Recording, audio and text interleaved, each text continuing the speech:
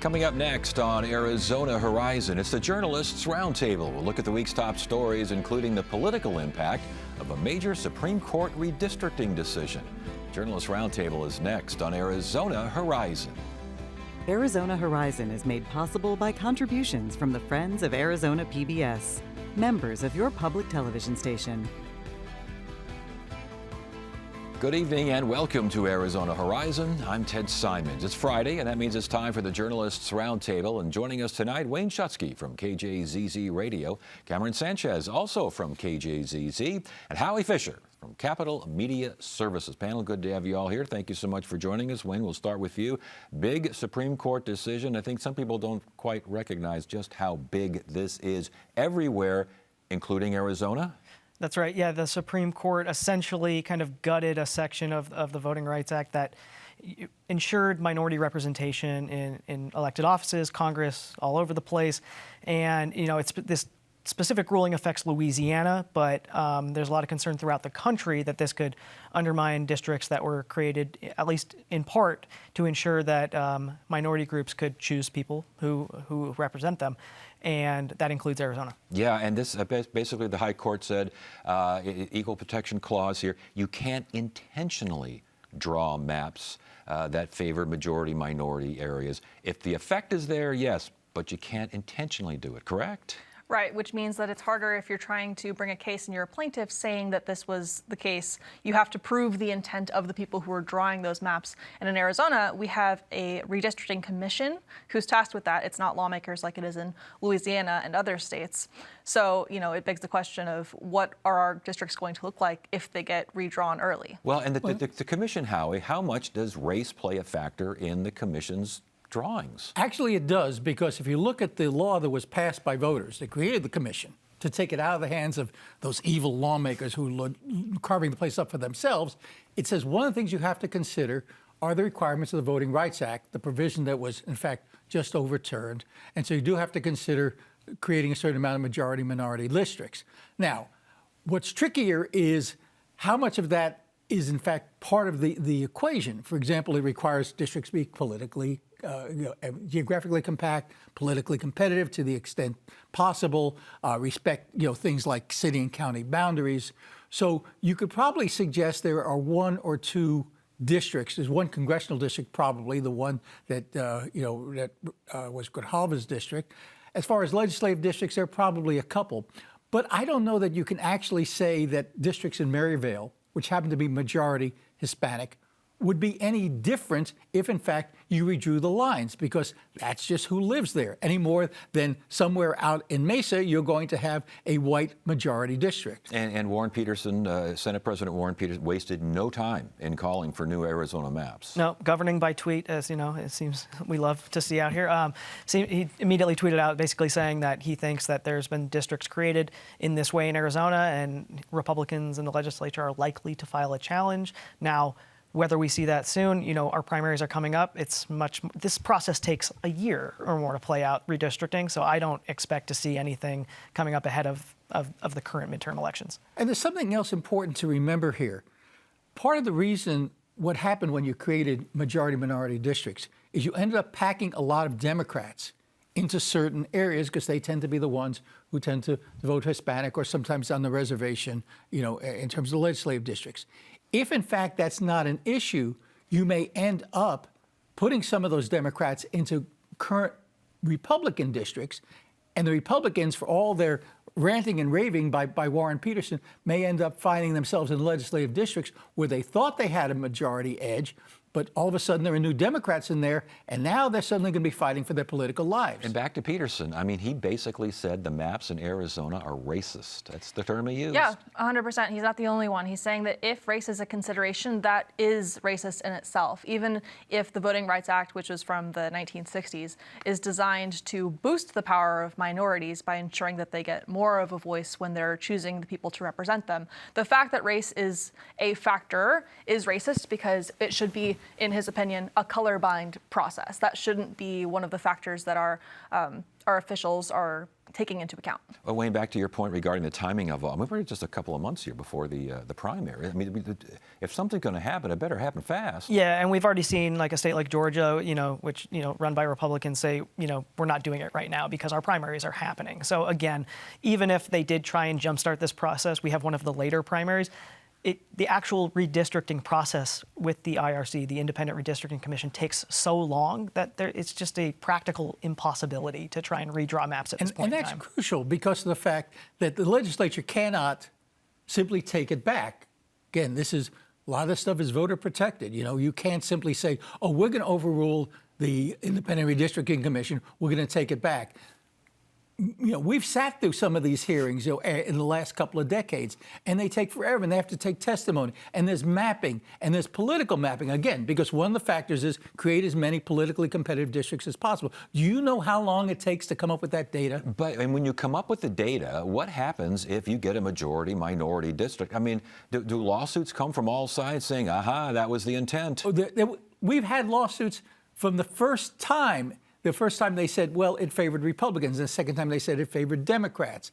And in fact, one of the first lawsuits lasted 9 years until the next redistricting based on the idea of somebody is getting something done. I mean, this last redistricting, you had a line moved literally to create a spot for Wendy Rogers in the trailer park in which she says she lived, to move her into her own district. But that all that aside, again, I mean, could this actually streamline the process? Because all you're now looking for, it's not whether there is a majority-minority district, it's whether or not that was the intent.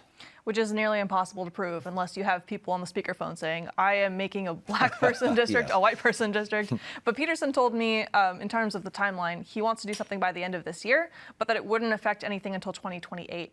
At the earliest, which is obviously our next big cycle. But again, coming back to your point, yes, it's true we no longer have to look at race, but we do have to look at political competitiveness because that's what the voters wanted. We do have to look at compactness. We do have to look at boundaries, rivers, and everything else. So there's plenty to consider, even if you take out the line about race. Well, and communities of interest, which could be. Yes. Yes, thank you for that.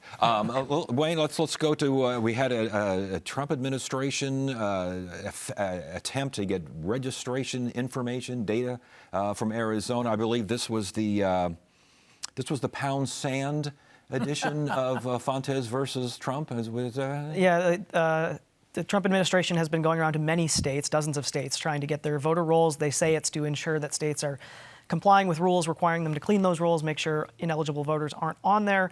But a lot of Democratic-led states, including Arizona, has said no. Secretary of State Fontes said this violates privacy laws. There's a lot of Social Security numbers, things like that I can't just hand over to the federal government or anyone else. And the judge agreed. He basically said that the federal government is allowed, the AG is allowed to come in and get certain types of data from the states, but not this whole range of data that they're seeking. And what's important is, to Wayne's point, yes, Fontes said, and the Attorney General, our State Attorney General said, well, it's state and federal privacy laws. Judge didn't decide that. This was one of those cases where the judge looked at the federal law that allows the Department of Justice to come in and say, here's the reasons you can. This does not fit the reason. Therefore, we're not even going to address the privacy issue. You just haven't read the law correctly. Yeah, you're not entitled to this information. End of story. Yeah, and we were not the first state that was subject to this decision. I think there were 5 others before us, so it's kind of a sweeping win for the states who resisted. The judge in this case was? Brnovich. Yes, Trump appointee. Yes. Yeah. Interesting. But it's, well, yes. Brnovich is also was the wife of Mark Brnovich, who is our Republican Attorney General. Yes. And in this case, though, it seems like they're going by the book instead of by the party, and she might be getting accused of being called a rhino any day. But for Fontes, it's a victory lap. How big a victory lap for Fontes? How big a victory lap for Mays? I mean, right now, a big victory lap. As you said, before the decision even came down, he was telling them to pound sand, so it looks good for him. But again, we're expecting appeals on these type of things, and so I think this story's far from over. Yeah, interesting. And of course, that one, she puts a pause on it, but nature abhors a vacuum, Howie. And the Attorney General has filed yet another suit against this was about a week ago, I think today, regarding that ICE facility in Surprise. Well, look, if Chris Mays is not suing the Trump administration, obviously, what are we doing here? That's what she lives for. It's another week, another lawsuit. This is an interesting question in terms of what can the state do. If the ICE were leasing this facility and it belonged to a private individual, the city has certain powers in terms of zoning and everything else. Federal facilities, like military bases, are exempt from local regulations. So the folks in Surprise said, we can't do much about it.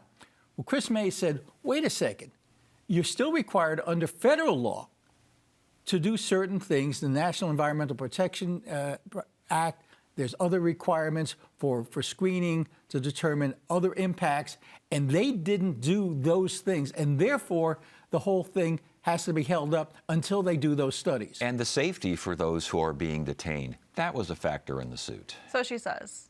So, well, this warehouse is across the street from another warehouse, which has chemicals stored there, so hazardous chemical storage. She's saying that the storage of those chemicals puts the people in danger because the warehouse isn't designed to hold 1,500 people. And if there's some sort of horrible explosion or fire or something, those people wouldn't be able to evacuate quickly enough. Therefore, it's too dangerous for them to be there, unlike the other businesses and homes that are also nearby this hazardous chemical storage facility. She basically acknowledged to us at this press conference where she announced the lawsuit that she was going to try to do a public nuisance lawsuit, but that's a state law. And there's a concern about supremacy because federal law, unfortunately for her, trumps state law. So she had to go and sue them with federal law. So she had to go find a federal problem. That's how we get to NEPA. That's how we get to this other issue. That's how we get immigration and obviously environmental here. And so off we go to court. I mean, didn't I see as well that the funding for this particular facility is now on hold? Yeah, the federal government has put this whole project on hold, so this might be moot, at least for the time being. But again, not to accuse the Attorney General of getting political, but she's came after this facility almost from day one when people started coming up around her. And this goes back to a broader strategy, I think, by Democrats. There was a lot of complaints. We want a fighter. We want people who are going to fight Donald Trump. And Chris Mays has taken up that mantle since she came into office. Did the people a surprise? Weren't a lot of folks out there looking for a fight as well? Well, I think so. I mean, look, there are people in the community who believe, well, we're just doing our part to help the federal government. But that's a really important part of this. You've got people like Warren Peterson, who's running for Attorney General, who says, well, why would we want to interfere with this? The people are surprised. Many of them are saying, wait, this was dumped on us. We didn't even get a chance to discuss this. We didn't get a chance to do what we want. So all of a sudden, you have a lot of people in a largely Republican area saying, wait, who came up and fought for us? It was the Attorney General, who's a Democrat, and she's counting on that, I'm sure, not that she's political, going back to Cameron's point. I never said that. But I'm sure that she's thinking, well, wait a second. Even if there's legitimate reasons to sue, this is politically a good thing for me to be doing. You take out an abacus or a calculator, and I think you come up with 41 now cases that the Attorney General has been. Am I right on this? 41 or that? As of Friday, I believe it was 41, yeah. Unless something just happened. Is that good for her, or is that like, hey, wait a minute, what are you doing? I kind of view it in the same way I view Hobbs as being the veto queen, where you can use it to both sides. So the Republicans can say, well, Mays is this aggressive, insane Democrat doing all these lawsuits and wasting all our taxpayer dollars and time. Or she could spin it and say, hey, look how active I've been as your Attorney General. Look at all the stuff I'm doing for you. And I've been successful in a lot of these lawsuits, at least as far as getting an injunction or something. So I actually have a pretty good success rate of doing what I was elected to do. Wayne, which message do you think is a little stronger to the average voter? I think given the nature of politics this year, where we're expecting a Democratic wave year, that I think the latter message to, I'm fighting for you, I'm fighting against overreach by the government, especially given the polling we've seen on Trump's immigration crackdown. It was initially a popular idea, but the way it's been implemented hasn't been so popular. So I would tend to think it's going to work in her favor. And the fact is that attorneys generals from both parties in this state have used certain laws, particularly the consumer fraud laws, to go after folks. You had, Grant Woods, who went after tobacco companies using consumer fraud laws. And it's important for folks to know that somebody is fighting for them, because if, in fact, it wasn't for the consumer fraud laws that have been used to go after rental companies that are price fixing like that somebody's going to get hurt. Didn't the current Attorney General criticize previous Attorney Generals for doing exactly what she's doing right now, and that is getting involved in cases around the country? oh, I think that everybody looks around and says, well, wait a second, it's all about me. I don't know that she's been critical of other attorneys general, other than Republican attorneys general. Back when she was campaigning, I mean.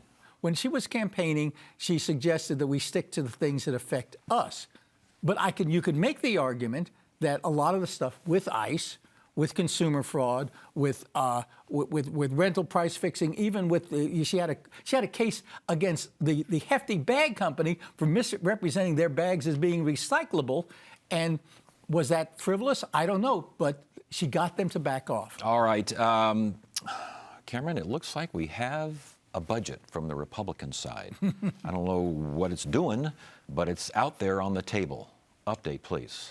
Okay, we've got a GOP budget which has been moving through the process on party lines. So far, no Democrats on board, but it did pass out of the House of Representatives. The ball's in the Senate's court, and they are planning to vote on Monday.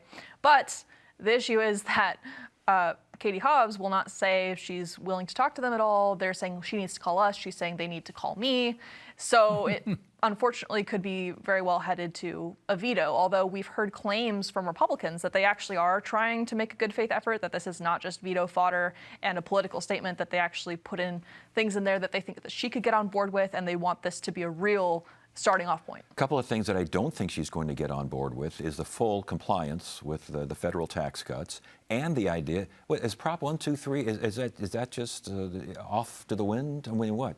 Yeah, I'd say the Prop 123 is the bigger deal for her. She's been wanting that included in part of budget talks for years now. And Republicans say, well, we can't balance the budget based on a voter-approved thing that hasn't been approved yet. On the other side, the governor wants like a contingency in there that we can boost education funding if it gets approved type of situation. So that's the bigger deal to me.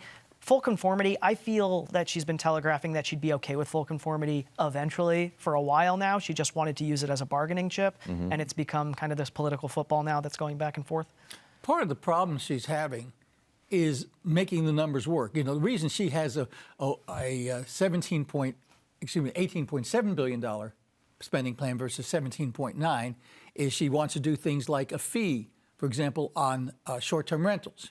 She wanted to raise the taxes, fees, whatever you want to call them, on certain kinds of sports gaming. And of course, you know, to go back to a perennial, she wants to go ahead and limit eligibility for vouchers, and that saves about $89 million if you put a cap on that. None of those are going to happen, and I think she may be beginning to realize, why am I, beating my head against the wall on these? Going back to Wayne's point, I think that Prop 123 or an extension becomes important, but I think the rest of it is going to have to go by the wayside. So what's negotiable here? I mean, what can both sides come to the table and say, all right, we can hammer something out? I'm actually not as discouraged as maybe I should be. I think there are a lot of negotiable things in the budget. I think it's not too dissimilar from one we saw a couple years ago when they also had a lean year. I think agency cuts are something that's on the table, although the amount can be negotiated. I think that potentially tax cuts to data centers could be negotiated, although that's not in the budget as it stands. And I think that full tax conformity is also on the table. You think it is on the table then? Yeah, I mean, her staff has said that, they want Prop 123 in exchange for full tax conformity, but it's past April 15th. We're in May now, so I think full tax conformity is prudent in a lot of ways. And not only that, the way the tax conformity is based is that next year, people will be filing next April, so they put in things, for example, like deductions for child care. How can she say, I don't want that? Well, but how can she also say that everyone, you're going to have to go back to your tax preparer or get back to your eye shades because we're not fully conformed? And that's been kind of the Republican cudgel up until this point. And I mean, and they're not wrong. Everyone's already filed their taxes, right? We're past the deadline. Now, again, Democrats will point out that 90+% of people use the standard deduction. Both Hobbs and Republicans agree that we need to boost that. But it would put a lot of businesses, small businesses, in a real pickle if somehow this conformity didn't go through, because they'd all have to refile with the specifics of their depreciation schedules and all that kind of stuff. So is the moratorium now lifted? Is the sun shining again, or what? You tell me when you find out, Ted. Initially, the governor seemed to indicate to Howie, I think it was, that yes, once the Republicans put this budget on the table, that it's lifted. And then the following Monday, they put it on the table and not lifted. She says, we'll wait and see. What do you make of this? What? I think it's weird that they won't just pick up the phone and call each other. This sounds like junior high school. I'm not know. calling him. He's got to call me. I know. And we've been told by both sides that, it's being litigated in the press. I'm like, well, we're asking because we would like to know, and at some point we would all like to go home. But I think inevitably she's going to have to deal with this budget that they put up. And would it have been convenient for them to talk the whole time and maybe amend it through the process and have this really be the final budget? Yeah, that would have been more convenient. I think more realistically, we're looking at a few more weeks at the minimum. And I love the governor's argument, I'm not going to litigate this in the press. Her staff did a whole briefing yesterday for us to say why the Republican budget is horrible. So don't give me this line that, no, we're just going to keep this amongst ourselves. Sticking with you, Howie, it sounds like the governor took in a baseball game in Mexico, and all of a sudden it goes viral. What happened? Well, this governor, like many politicians, it can be her own worst enemy. There's this video of somebody going up to her in Mexico City and saying, hi, you're here. Who's paying for your trip? Answer could have been simple. A, that the travel was paid for by the Hispanic Chamber, and B, that the Protocol Fund, which has money left over from the inaugural, paid for her $400 in tickets. She said, none of your business. Worst thing you can say as a politician. Do you not notice that everybody has a cell phone these days? And so finally, when the you-know-what hit the fan, she said, well, I will repay the $400 for the tickets. This was an unforced error. I mean, to the extent that, she didn't need to do this. Was she releasing her inner Trump here? What was it? Did Diamondbacks lose that? Was that the game they lost? No, I just think it was a situation where it caught her off guard, and she just gut reaction. Who knows who that person was and how she perceived the question. I believe she did later admit that she regretted the way that she answered it.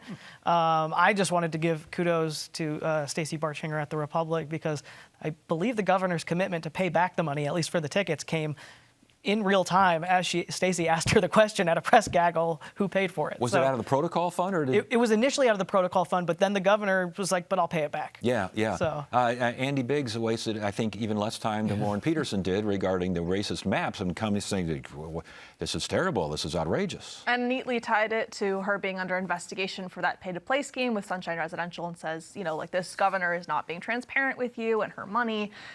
This is just another example in a string of things that she's done. I agree that it was an unforced error and that she was just caught off guard. And, if someone approached me in public and was like, why are you here? Who paid for it? I would probably tell them to hit the road too. But to my great relief, I'm not the governor. Good. And I am not playing with that kind of money. So that's just how it is. How big a deal, Howie, election-wise? It's one of many things. That's the problem. There is no one thing. There is no big smoking gun that's going to lead to either Andy Biggs or Katie Hobbs being elected. It has to do with people's perception. And not only that, we have that Sunshine Residential thing out there. At some point, the Attorney General has promised us before the November election, she will issue a report. Doesn't matter. If the Attorney General clears the governor, then it's just because the Democratic Attorney General cleared the governor. If the Attorney General says there's reason to believe the governor knew or should have known, then it's even worse. And it also keeps it in the news, whatever the decision Exactly. may be. All right, Howie, Sylvia Allen is returning to the legislature. Who is Sylvia Allen again? Sylvia Allen has been in the Senate twice before. She is a Northern Arizona resident, got known for some of her more conservative viewpoints. Again, no surprise if you're living up in Snowflake or somewhere around there. But she got known for a couple of things, including suggesting that maybe we should require people to go to church. Now, this was sort of a flip comment, but what she was talking about is, why are we talking about all these other things? Maybe we should, she admitted it was a flip comment, but she was saying, well, what's wrong with people going to church and having that?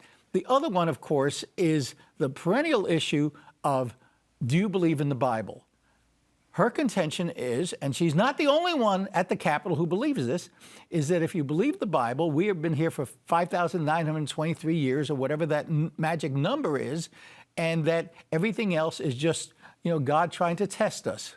She also criticized declining birth rates among white people. I think they called it the browning of America. Yeah, she made some comments during her last stint, essentially echoing what's been known as the Great Replacement theory. Now she, again, afterwards apologized for that, said it was taken out of context. But yeah, it essentially says that we're turning into, like, we're going to turn into South America, essentially. Yeah, and these were very controversial ideas and topics and statements at the time. Doesn't sound all that controversial. We hear this kind of stuff all the time now, don't we?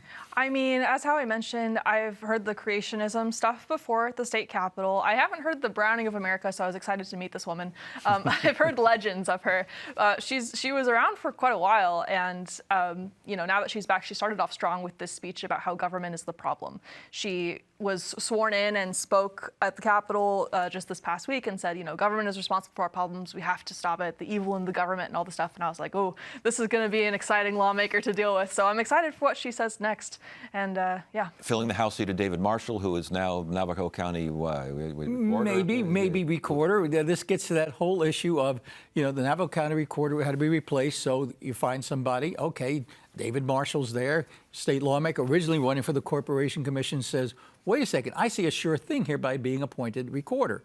Except for the issue, and we've talked about this on the air, the Arizona Constitution says you cannot serve in another office during the term for which you were elected, which is going to lead to some litigation. All right, thank you, Howie. Thank you, Wayne. Yep. Thank you, Cameron. Good to have you all here. That's it for now. I'm Ted Simons. Thank you so much for joining us. You have a great weekend.